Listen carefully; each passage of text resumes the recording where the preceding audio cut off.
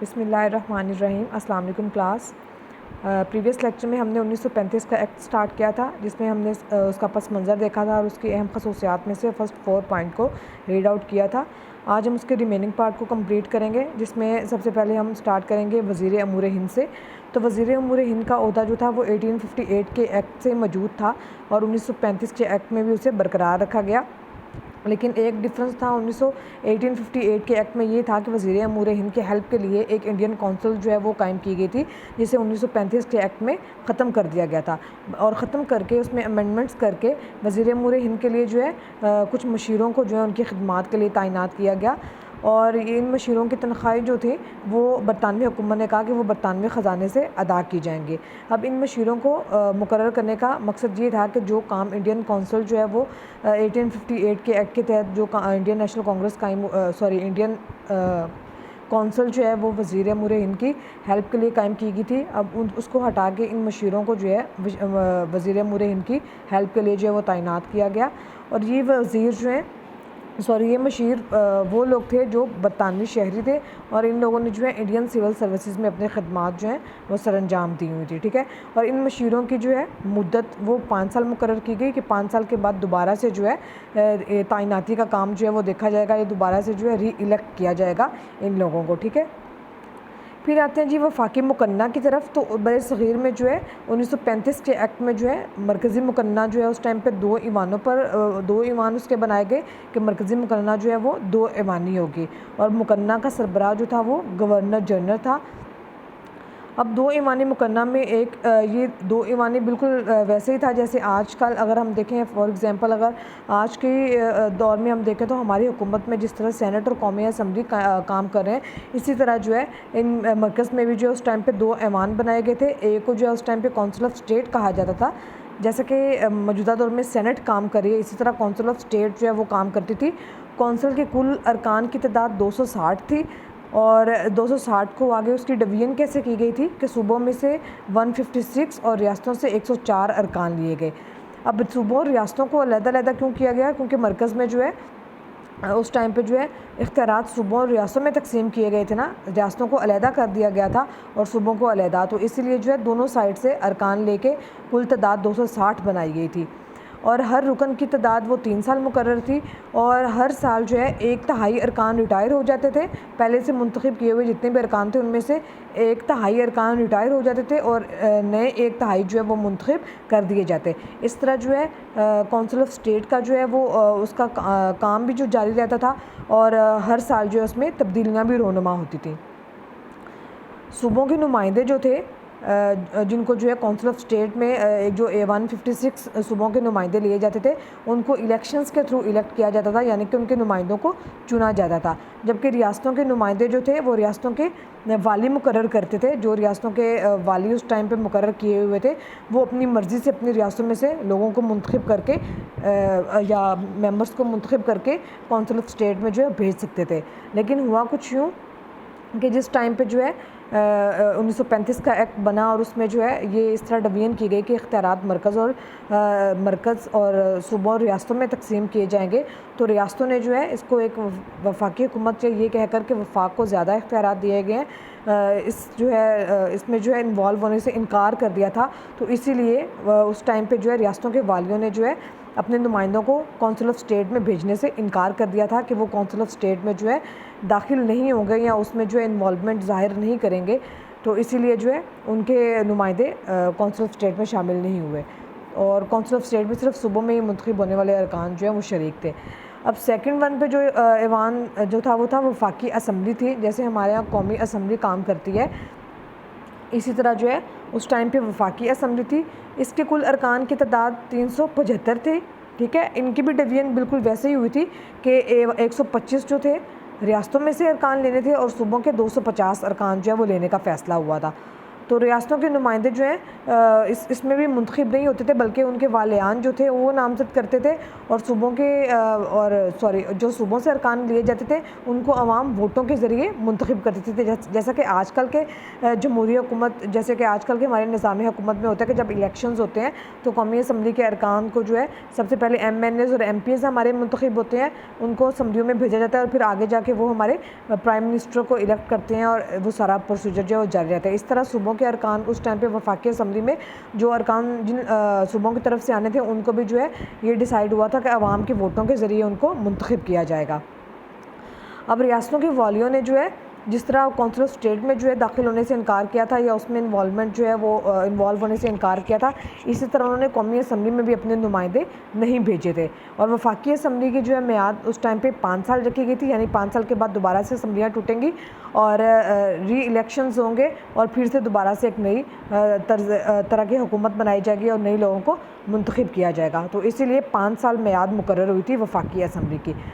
अब governor general जो है उसको ये इख्तियार दिया गया था कि वो गवर्नर जनरल जो है वो असम्बली को मनसूख करने का भी इख्तियार रखता है, यानी कि उसको ख़त्म भी कर सकता है, और दोनों ऐवानों के मंजूर करदा मसूदात गवर्नर जनरल की तौसीक़ के साथ कवानीन बन जाते थे। ठीक है, अब इसमें वो ये बता रहे हैं कि एक तो उसे इख्तियार ये भी दिया गया था गवर्नर जनरल को कि वो असम्बली को ख़त्म भी कर सकते हैं, और दूसरा ये कि कोई भी मसूदा जो है वो असम्बली में पेश किया जाएगा तो उसको जो है गवर्नर जनरल की तौसीक़ के साथ उसको कवानीन में शामिल वो किया जाएगा, यानी कि गवर्नर जनरल की मंजूरी उसमें लाजमी है। अगर गवर्नर जनरल इनकार कर देता है या उसकी वो मंजूरी नहीं देता तो उसको कानून का दर्जा नहीं दिया जाएगा। जैसा कि आगे वो बता रहे हैं इसी पॉइंट की लास्ट लाइन में कि वो किसी मसूदा को मुस्तरद करने का भी इख्तियार रखता था, उसके पास ये इख्तियार था कि वो किसी भी मसूदा को जो भी असम्बली में पेश किया गया उसको मुस्तरद कर सकता है। फिर आते हैं जी अदलिया की तरफ। तो अदलिया का निज़ाम कुछ ये बनाएगा बिल्कुल आज के मौजूदा दौर की तरह। आप एग्जांपल लें कि जैसे आजकल हमारी सुप्रीम कोर्ट जो हमारी सुपीरियर कोर्ट है, इसी तरह जो है फेडरल कोर्ट के नाम से मरकज़ी अदलिया बनाई गई थी, जो कि मरकज़ में जिसको कायम किया गया था, जो एक चीफ़ जस्टिस और 6 जजों पर मुश्तमिल थी। अब ये अदालत जो है सूबों में जितने भी कायम हाई कोर्ट्स थे उनके ख़िलाफ़ अपीलें सुनती थी।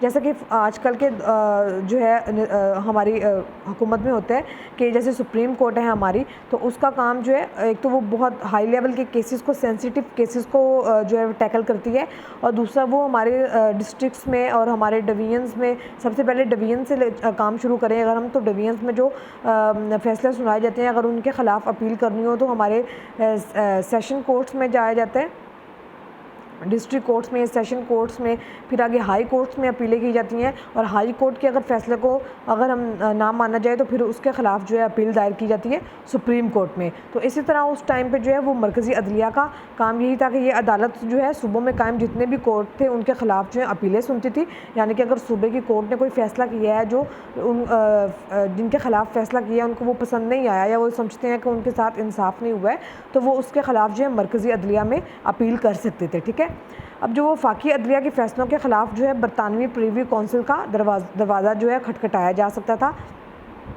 गवर्नर जनरल जो है वो वफाकी अदलिया से कानूनी मशवरा मांग सकता था। ठीक है, जो वफाकी अदलिया कायम की हुई थी, यानी कि जो मरकज़ में अदलिया कायम की हुई थी, उसके ख़िलाफ़ अगर वो सब कोर्ट्स के ख़िलाफ़ अपीलें सुनती थी, अगर उसके ख़िलाफ़ अपील करनी होती थी तो वो बरतानवी प्रीवी कौंसिल जो है वो बनाई गई थी, उसका दरवाज़ा खटखटाया जाता था। और दूसरा ये कि जो हमारा गवर्नर जनरल था मरकज़ में, जिसको मरकज़ के तमाम इख्तियारात हासिल थे, वो जो है अब वफाकी अदलिया से कानूनी मशवरा मांग सकता था किसी भी मसले पर जो है अगर उसे समझ नहीं आ रही है या वो सजेशन लेना चाहता हो तो वो अदलिया से सजेशन ले सकता था, लेकिन उस मशवरे पर अमल करना या ना करना उसका वो पाबंद नहीं था। ज़रूरी नहीं था कि वो अगर मशवरा ले अदालत से तो वो ज़रूरी है कि उस पर अमल भी करे, ऐसा नहीं था। वो सिर्फ मशवरा ले सकता था, उस पर अमल करना या ना करना वो गवर्नर जनरल की मर्ज़ी थी। ठीक है, फिर आते हैं जी नए सूबों की तरफ। तो सिंध और उड़ीसा जो है वो 2 नए सूबे बनाए गए थे। उड़ीसा को जो है वो बिहार से जुदा किया गया था। बिहार जो मौजूदा उनका स्टेट है इंडिया की, उससे जो है उड़ीसा को जुदा किया गया था, और सिंध को जो है मुंबई से अलग कर दिया गया था। ठीक है, ये बात कायदे-ए-आज़म के 14 निकात में भी शामिल थी कि सिंध को मुंबई से अलग कर लिया जाए। सुबह सिंध का जो मुतालबा मुसलमान जो है वो मुसलसल करते आ रहे थे। उन्होंने अपने हर कोई अगर उन्होंने एक्ट बनाया था या कोई उन्होंने कोई एक जो भी उन्होंने मसूदा तैयार किया था या कोई भी जैसे कायदे-ए-आज़म के 14 नकात की बात कर रहे हैं तो उन्होंने भी एक पॉइंट उसमें स्पेसिफिक डाला था कि सिंध को मुंबई से अलहदा कर दिया जाए। तो ये सूबा सिंध बनाने का जो मशवरा था, या सूबा सिंध बनाने का मुसलसल जो वो मुसलमान कहते आ रहे थे, जो कि 1935 के एक्ट में इसको मान लिया गया था। अब आगे आते हैं जी, सूबाई नज़्म व नस्क कैसे चलाया गया था, कि जो सूबों को जो है इख्तियारात दिए गए थे, तो सूबों का जो है निज़ाम वो किस तरह से बनाया गया था, उनकी मैनेजमेंट किस तरह से हुई थी। तो सबसे पहले सूबों को हेड करने वाला उनका गवर्नर था, एक गवर्नर बनाया गया था जो कि सूबे का सरबराह था। जिस तरह मरकज़ का सरबराह गवर्नर जनरल था, इस तरह सूबे का सरबराह गवर्नर जनरल था। सूबों को आप लाइक इस तरह ले लें कि उस टाइम पर ऐसे ही थे कि जैसे मिनी स्टेट्स होती हैं, ठीक है। एक तो मरकज़ का जिस तरह से मैनेजमेंट चल रही थी, उसी तरह आगे सूबों की भी मैनेजमेंट उसी तरह से बनाई गई थी। वैसे ही गवर्नर जनरल थे, जैसे मरकज़ का गवर्नर जनरल था, उसी तरह सूबों के गवर्नर्स थे। जैसे मरकज़ में गवर्नर जनरल को की कबीना शामिल थी, इसी तरह सूबों में भी गवर्नर को कबीना दी गई थी। तो वो बिल्कुल एक मिनी स्टेट की तरह सूबे काम कर रहे थे। तो सूबों में जो है सूबों हर सूबे का सरबराह गवर्नर था, और गवर्नर जो है वो वफाकी हुकूमत का सूबे में नुमाइंदा रहा, ठीक है। तो गवर्नर को ऐसे देखा जाता था कि वो रिप्रेजेंट कर रहा है वफाकी हुकूमत को, और वफाकी हुकूमत के नुमाइंदे के तौर पर जो है सूबे में काम कर रहा है। सूबे में उसे वही मुकाम हासिल था जो मरकज़ में गवर्नर जनरल को दिया गया। अब ये भी बात मैंने पहले बताई कि सूबे में जो है बिल्कुल सूबे का निज़ाम वैसे चल रहा था जैसे एक स्टेट का ओवरऑल, जैसे एक कंट्री का चल रहा होता है, या एक वफाकी निज़ाम हुकूमत जैसा होता है कि जैसे मरकज़ में गवर्नर जनरल होता है, उसकी कबीना होती है, ऐवान, 2 ऐवान होते हैं। इसी तरह जो है सूबों में भी बिल्कुल वही निज़ाम जो वो मुतारिफ़ कराया गया था। अब गवर्नर को भी जो है गवर्नर जनरल की तरह बाज़ ख़ुसूसी इख्तियारात सौंपे गए थे, और इस इख्तियारात में जो है गवर्नर जनरल के ख़ुसूसी इख्तियारात के हवाले से उससे मुकम्मल तामुन करना लाजिम था।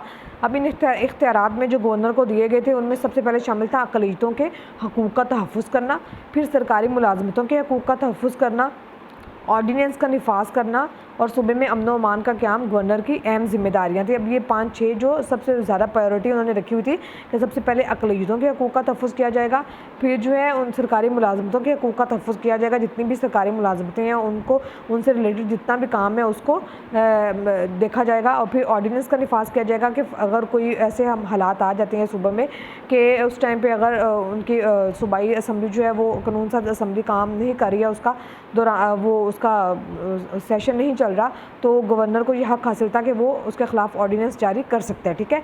और सूबे में जो सबसे ज़्यादा अहम प्रायोरिटी थी वो थी सूबे में अमन व अमान का निफाज। और हंगामी हालात में जो है उसके गवर्नर जनरल को सूबे के गवर्नर को ये भी उसके इख्तियारात जो हैं वो मज़ीद बढ़ा भी दिए जाते थे कि हंगामी सूरत हाल में जो है वो उसके इख्तियारात में को मज़ीद आगे जो है वो और बढ़ा दिया जाता था, ठीक है। फिर आते हैं जी सूबाई नज़्म व नस्क में सबसे पहले गवर्नर का को हमने डिस्कस किया। अब उसकी कबीना को देखेंगे कि गवर्नर की जो है आसानी के लिए या उसके कामों को जो है वो हैंडल करने के लिए, या उसको जो है टैकल करने के लिए जो है उस सूबाई कबीना जो है उन वज़रा पर मुश्तमिल थी जो सूबाई असम्बली के अरकान में से लिए जाते थे, ठीक है। अब गवर्नर जनरल की जो आसानी के लिए और उसको एक कबीना बनाई जाती थी। अब इस कबीना में जो है उन वज़रा को शामिल किया जाता था जो सूबाई असम्बली के अरकान थे उस टाइम पे, ठीक है। और वज़रा को जो है गवर्नर ख़ुद नामज़द करता था। जिन वज़रा को उसने अपनी कबीना में शामिल करना होता था वो ख़ुद उन्हें नामज़द करता था कि फ़लाँ जो है इन बंदे को जो है मैं अपनी कबीना में जो है वो शामिल करूँगा। वो पूरी कबीना या जिस वज़ीर को चाहता सब दोष भी कर सकता था, यानी कि ये भी उसके अपने हाथ में था कि वो ख़ुद वज़रा को जो है वो अपनी कबीना में शामिल भी कर सकता था, और उसके पास ये भी इख्तियार था कि वो किसी भी टाइम उन्हें उनके ओहदे से हटा भी सकता था। अब वज़रा ऐसे अरकान असम्बली को बनाया जाता था जिन्हें सूबाई असम्बली के अरकान की अक्सरियत की हमायत हासिल हो, यानी कि उन लोगों को जो है गवर्नर जनरल की कबीना में शामिल किया जाता और उन लोगों को वज़रा बनाया जाता था जिन्हें सूबाई असम्बली के जो है अक्सरियती अरकान की जो है हमायत हासिल होती थी, यानी कि अक्सरियती अरकान उनके हक़ में वोट देते थे कि हाँ जी इन लोगों को जो है वोट दिया जाता है कि ये गवर्नर जनरल की कबीना में शामिल हो सकते हैं। वज़रा जो है अपनी कारकर्दगी के बारे में गवर्नर के अलावा सूबाई असम्बली के सामने भी जवाबदेह होते थे, यानी कि ज़ाहिर है जब गवर्नर के वज़रा जो हैं वो बनेंगे, वज़रा का काम होगा डिफरेंट सूबे में शामिल डिफरेंट डिपार्टमेंट्स को संभालना, जैसे कि रेलवे, इलेक्ट्रिसिटी, इस तरह के डिफरेंट डिपार्टमेंट्स बनाए जाते थे और उनको संभालना होता था। और वो अपने इन तमाम मामलात के लिए उन्होंने अपने डिपार्टमेंट में क्या काम कर रहे हैं, बजट किस तरह वो पेश कर रहे हैं, बजट को किस तरह वो यूज़ कर रहे हैं, या जो भी प्रॉब्लम्स वो फेस करते थे वो उसके लिए जो है गवर्नर को भी जवाबदेह होते थे और सूबे के जो है सूबाई असम्बली के सामने भी जवाबदेह थे।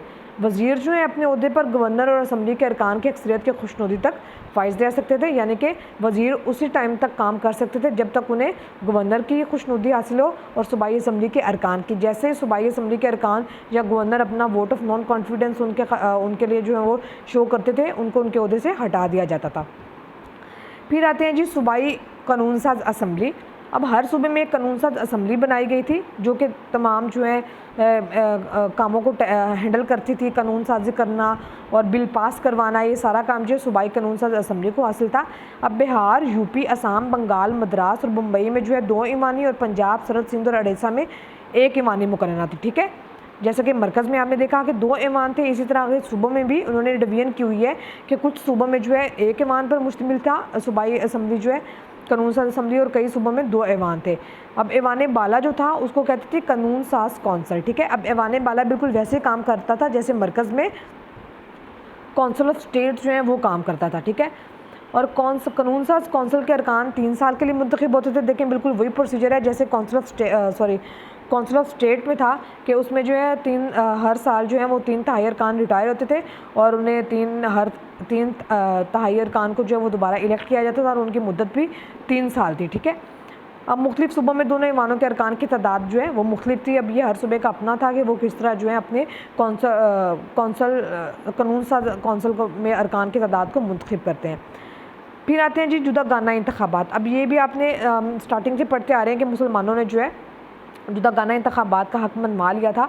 तो मुसलमानों के लिए जो मरकज़ में भी और तमाम सूबाई असम्बलियों में भी जुदागाना नशिस्तें रखी गई थी, यानी कि उन नशिस्तों पर सिर्फ मुसलमान ही उन नशिस्तों में इंतखाबात के लिए हिस्सा ले सकते थे और सिर्फ मुसलमान ही उन पर जो है वो वोट कर सकते थे। ठीक है, कांग्रेस की मुखालफत के बावजूद कांग्रेस ने जो है मुसलमानों के जुदागाना इंतखाबात की सख्त मुखालफत की थी, लेकिन उनके मुखालफत के बावजूद जो है जुदागाना इंतखाबी तरीके को जो है 1935 के एक्ट में जो है वो शामिल किया गया था। ठीक है, फिर आते हैं जी सूबाई खुद मुख्तारी। अब सूबों को जो है मरकज़ी इस पार्लिमानी निज़ाम में बहुत ज़्यादा जो है बहुत हद तक जो है खुद मुख्तारी दे दी गई थी। 2 अमली निज़ाम ख़त्म कर दिया गया था क्योंकि इसमें बहुत ज़्यादा पेचीदगियाँ थी और सूबों का निज़ाम जो है चलाने के लिए सूबाई इंतज़ामिया को काफ़ी बाख्तियार कर दिया गया था कि वो अपने सूबाई निज़ाम को अच्छा बनाने में और उसको जो स्मूथली चलाने में बाख्तियार है, और वज़रा की हैसियत में भी इजाफ़ा कर दिया गया था। कानून साज असम्बली को इंतज़ामिया यानी कबीना के अरकान से सवाल पूछने का इख्तियार था, यानी कि मरकज़ में भी जो कानून साज असम्बली जो है और सूबों में भी जो कानून साज असम्बली जो थी उनको जो है पूरा इख्तियार हासिल था कि वो कबीना के अरकान से सवाल पूछ सकते हैं। अब कबीना के अरकान कबीना क्या थी? कबीना जो गवर्नर के अंडर काम करती थी और उसके अरकान को असम्बलियों में से लिया जाता था और वो जवाबदाह थे गवर्नर के सामने भी और कानून साज असम्बली के सामने भी। ठीक है, और वो पार्लिमानी अंदाज में कबीना पर कंट्रोल भी करती थी। आगे आते हैं जी अब इसके तनकीदी जायज़े की तरफ।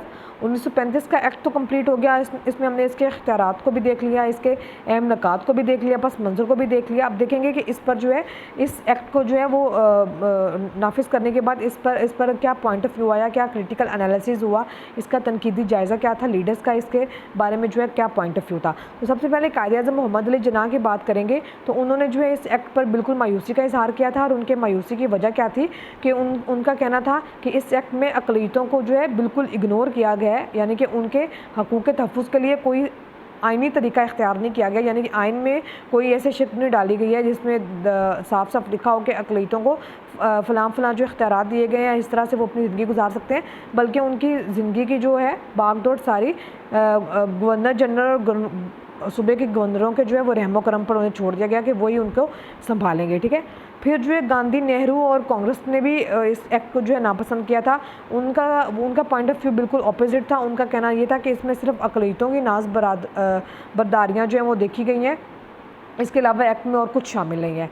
अब पंडित नेहरू ने कहा कि ये एक्ट जो है वो ग़ुलामी का एक चार्टर है कि इस एक्ट में तमाम नकात वही शामिल किए गए जिससे साफ नज़र आ रहा है कि हिंदुओं का जो है मुस्तकबिल वो ग़ुलामाना है। ठीक है, मदन मोहन मालवीय का कहना था कि 1935 का एक्ट बज़ाहिर जमहूरी लेकिन अंदर से खोखला है। अब इसका ये कहना था कि इसमें जो अहम इसके खसूसियात हैं वो नज़र आने में तो जमहूरी नज़र आ रही हैं, जमहूरियत के इर्द गिर्द वो जो हैं वो जमहूरियत के बहुत ज़्यादा नज़दीक देखी जा रही है, लेकिन अंदर से देखा जाए तो ये बिल्कुल खोखला है, इसकी कोई हैसियत नहीं है।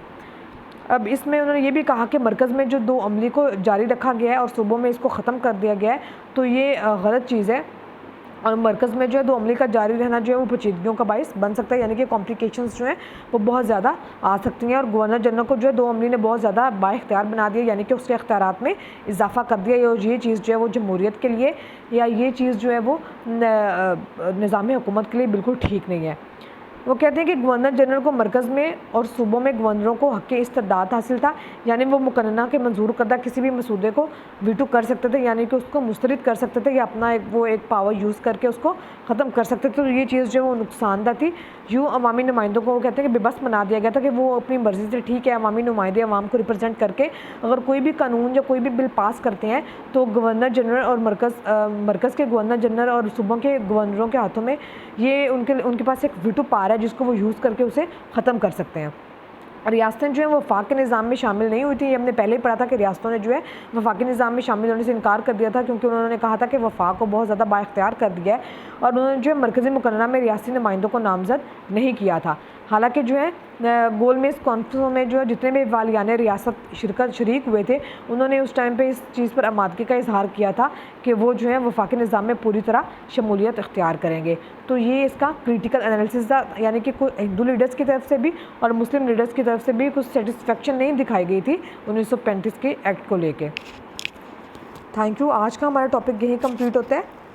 कोई भी क्वेश्चन हो, कोई भी प्रॉब्लम हो आप तो मेरे से आप डिस्कस कर सकते हैं और इंशाल्लाह नेक्स्ट लेक्चर में क़रारदाद पाकिस्तान को स्टार्ट करेंगे। Thank you.